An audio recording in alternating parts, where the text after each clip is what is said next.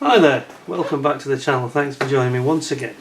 So we're having another quick bite-sized review today, and it's a real classic that I'm sure lots and lots of viewers will remember. It's the Matchbox Sherman Firefly.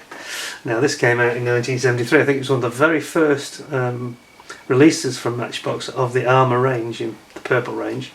Really nice, evocative artwork. Again, another brilliant bit of art by Roy Oxley, very memorable shots of it basically coming up the Normandy beaches, over the dunes and on into the interior of the countryside with a battle going on. There's another Firefly here with explosions going off, and you can see the invasion armada out to sea in the background. So beautiful artwork as ever. At the end, this is PK-71, so this is the 7.1 and beyond and higher. This is the armour kits. On the reverse, and this is where, as I mentioned in another vid, slight difference with the armour kits versus the aircraft kits. On the armour kits they show the unpainted finished model on the back in quite a big sort of picture.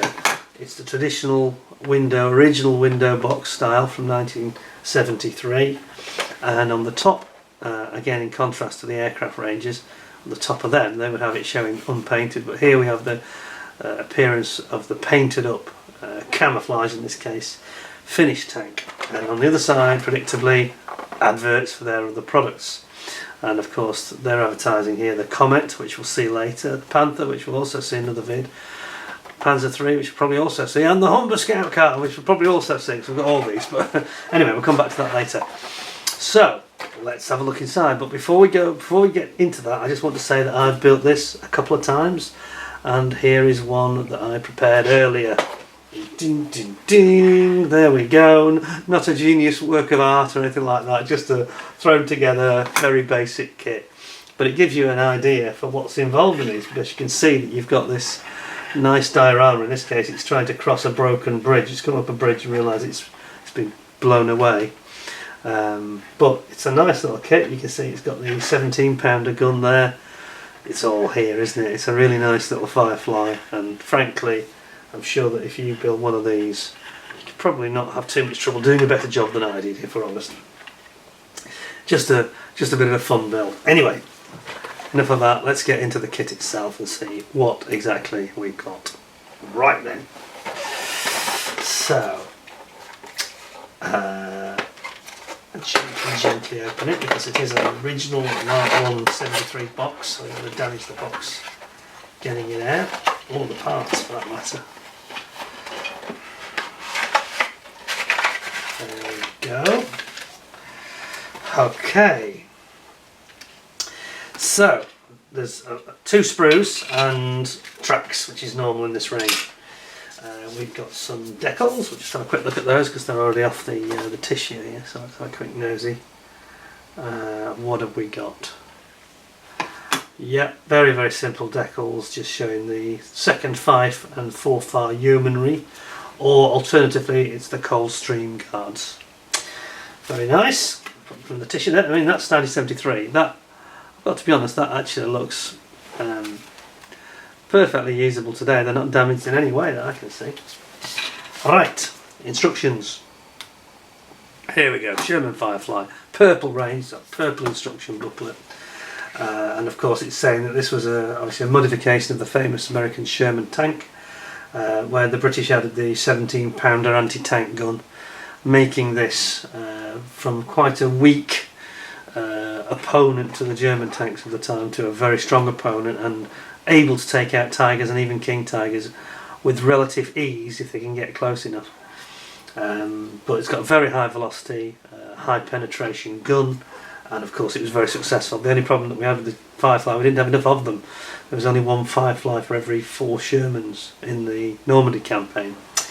But anyway, that's a bit of blurb. On the back we've got the call out showing the decal marking options, and it's also got this early generation sort of showing you, it's actually a Panther in the picture, but showing you putting the water slide decals onto the Panther, and how you do it basically is explained. On the inside here you get that typical Matchbox early days explanation about how to paint it, what the colours are, very basic stuff indeed. A little bit of advice: paint the tracks and paint the wheels. That's about it. That's all they're encouraging you to really do. And there's just 3 colours. You've got black, dark earth and deep bronze green. Deep bronze green, quite an interesting colour that. In fact, it looks like deep bronze green that they've moulded in, but we'll come to that in a moment. Bring you in a bit. There we go. So you're building up, it's not a bathtub style this one, you build it up with 2 sides and a floor, and then you're building up your bogies and wheels and your drive sprockets, putting the set of those together, because obviously there's 6 lots of those, and 4 drive wheels. Then you're building up your turret with your 17-pounder Tiger busting gun and putting the mantlet on. It can elevate up and down, and of course it turns left and right as well. Then you bring in your rubber band style tracks, build up your little bridge, and it's got a little bit of an embankment with it as well. And then you just bring the 3 components together, really, your chassis that you've already built. It doesn't actually show you putting the tracks onto the chassis, but anyway, it's assumed.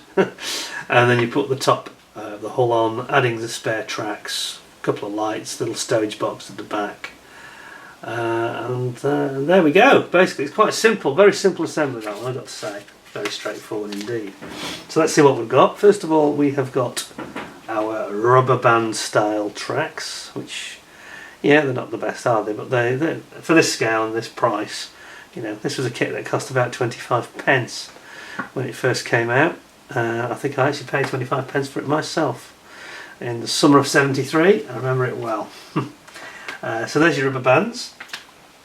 Then we have got, well, we've got the brown sprue. It's a brown and a green sprue we have here.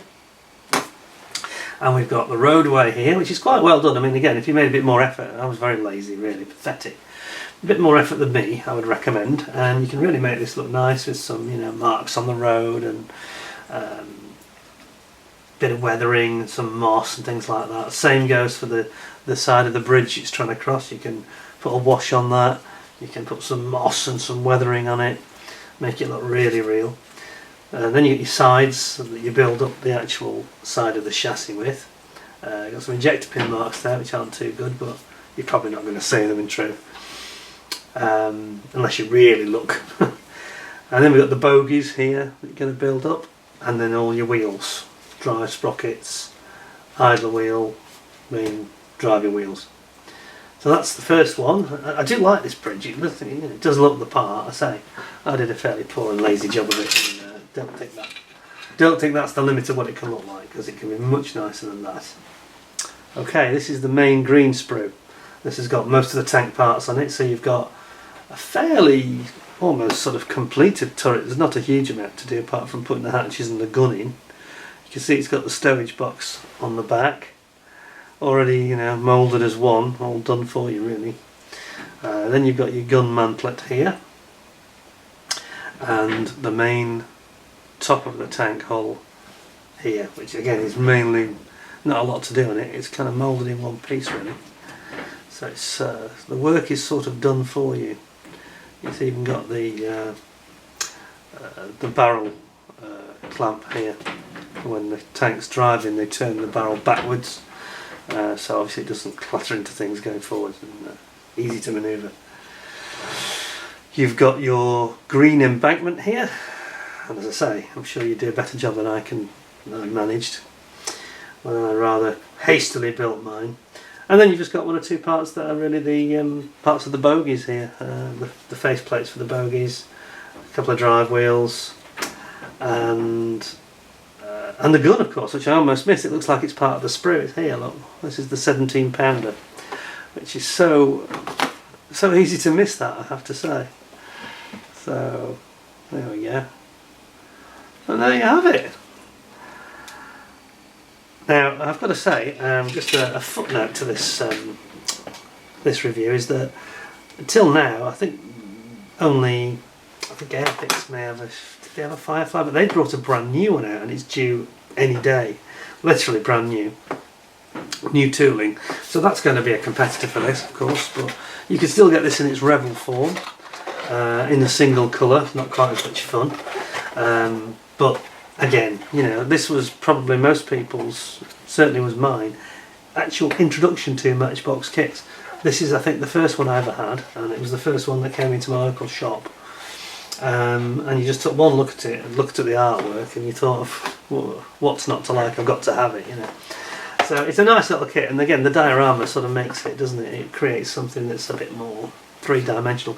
The only thing I would criticise on this kit is the fact that I think they should have had the, you know, they've got the splittable hatch. So while they didn't include the man, I think that would have been better if they'd have just included a figure, and they didn't, so it's a bit of a shame. But anyway, there we have it. So it's the, zoom you in to have a little final look at this, with my fairly appalling effort in the background there.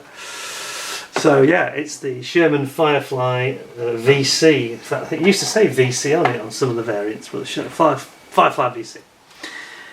But anyway, thanks for watching. I hope you enjoyed it. I hope it brought back some memories. I'm sure that many of you that have watched this video have built this many moons ago. Thanks for joining me. If you enjoyed the video, please give us a like, share and subscribe if you haven't already.